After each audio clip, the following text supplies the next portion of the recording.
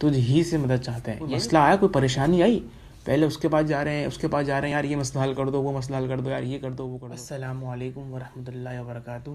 اعوذ باللہ من الشیطان الرجیم. بسم اللہ الرحمن الرحیم. رب اشرح لی صدری ویسر لی امری واحلل عقدۃ من لسانی یفقہوا قولی.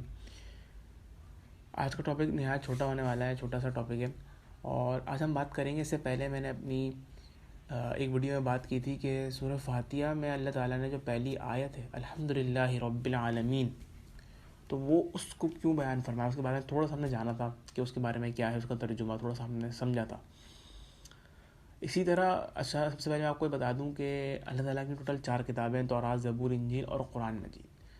اور کہتے ہیں کہ ان ساری کتابوں کا یعنی ان 4 کتابوں کا جو مجموعہ, یعنی کہ ان چاروں کتابوں کا جو مجموعہ ہے وہ ہے قرآن مجید. اور کہتے ہیں کہ ان قرآن کے اندر 114 صورتیں, اور 114 صورتوں کے اندر جو ساری صورتوں کا مجموعہ یعنی سب سے بہترین صورت, سب سے VIP صورت وہ کون سی ہے؟ سورہ فاتحہ. کیونکہ اس کے اندر اللہ نے سب کچھ بیان کر دیا ہے, اپنی تعریف بھی بیان کر دی, ساری چیزیں اس کے اندر اللہ نے بیان کر دی ان شارٹ. اور کہتے ہیں کہ اس صورت کی بھی ایک سب سے خالص ایک VIP آیت ہے, وہ ہے ایاک نعبد و ایاک نستعین. کیا مطلب اس کا؟ اے اللہ, ایاک نعبد, ہم تیری ہی عبادت کرتے ہیں اور تجھ ہی سے مدد چاہتے ہیں, تجھ ہی سے مدد مانگتے ہیں, تجھ ہی سے مدد طلب کرتے ہیں. ابھی جو آیت ہے نا, ہم پڑھتے تو بہت ہیں لیکن ہم سمجھتے ہی نہیں چیزوں کو کہ ہم کیا کہہ رہے ہیں. ہم اللہ کو یہ کہہ رہے ہیں کہ اے اللہ, ہم تیری ہی عبادت کرتے ہیں. ہم کرتے ہیں؟ ہم کرتے نہیں ہیں. ہم اس کا مطلب یہ ہے کہ جو بھی کام کرنا ہے نا, وہ صرف اللہ کو دکھانے کے لیے کرنا ہے.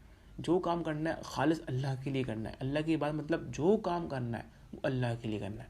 آج ہمارے اندر دکھلاوا اتنا آ گیا ہے, ہمارا کوئی کام اخلاص سے ہوتا ہی نہیں ہے, ہمارا کوئی بھی عمل اخلاص سے ہوتا ہی نہیں ہے.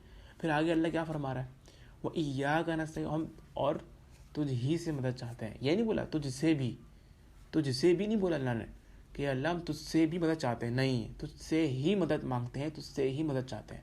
اور آج ہمارے کیا ہے, ہم پہلے لوگوں کے پاس جاتے ہیں, اپنے کوئی مسئلہ آیا, کوئی پریشانی آئی, پہلے اس کے پاس جا رہے ہیں, اس کے پاس جا رہے ہیں, یار یہ مسئلہ حل کر دو, وہ مسئلہ حل کر دو, یار یہ کر دو, وہ کر دو. پہلے اللہ کے پاس نہیں جا رہے. جب سارے کے ساری جگہوں سے ہار مان جاتے ہیں, کوئی آسرا ہوتا نہیں ہے, تو پھر اللہ کے پاس جاتے ہیں.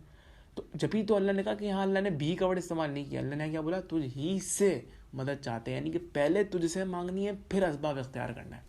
پہلے اللہ سے مدد مانگنی اور پھر اسباب اختیار کرنے. آج ہم پہلے اسباب اختیار کرتے ہیں, جب کوئی سولوشن نہیں ملتا پھر اللہ کے پاس جاتے ہیں. جبھی تو ہمارے معاملات حل ہونے میں, ہماری پریشانیوں کا جو اتنی پریشانیوں کا ٹائم پیریڈ بڑھ جاتا ہے, وہ اس لیے بڑھتا ہے کہ پہلے ہم لوگوں سے مانگ رہے ہوتے ہیں, لوگوں کے پاس جا کے ان سے مدد مانگتے ہیں, پھر اللہ کے پاس جاتے ہیں. پہلے ہمیں اللہ سے مدد مانگنی چاہیے, اور پہلے عبادت, پھر اللہ نے کیا بولا اس آیت میں 2 چیز, ایک چیز اور ہے, پہلے عبادت کرو پھر مجھ سے مدد مانگو. یعنی پہلے نماز پڑھو پھر مجھ سے دعا میں مدد مانگو, پہلے نفل پڑھو پھر مجھ سے دعا میں مدد مانگو. اس طریقے سے پہلے کیا کرو, پہلے میری عبادت, میری بڑائی بیان کرو, پھر مجھ سے مدد مانگو. تو اس سے ہمیں ایک چیز سیکھنے کو ملتی ہے کہ جب بھی ہم کوئی بھی کسی کام میں پھنس جائیں, کسی کام میں مشکل آ جائے, سب سے پہلے ہم کیا کریں, اللہ کی عبادت یعنی کہ 2 نفل نماز پڑھیں, اللہ سے مانگیں.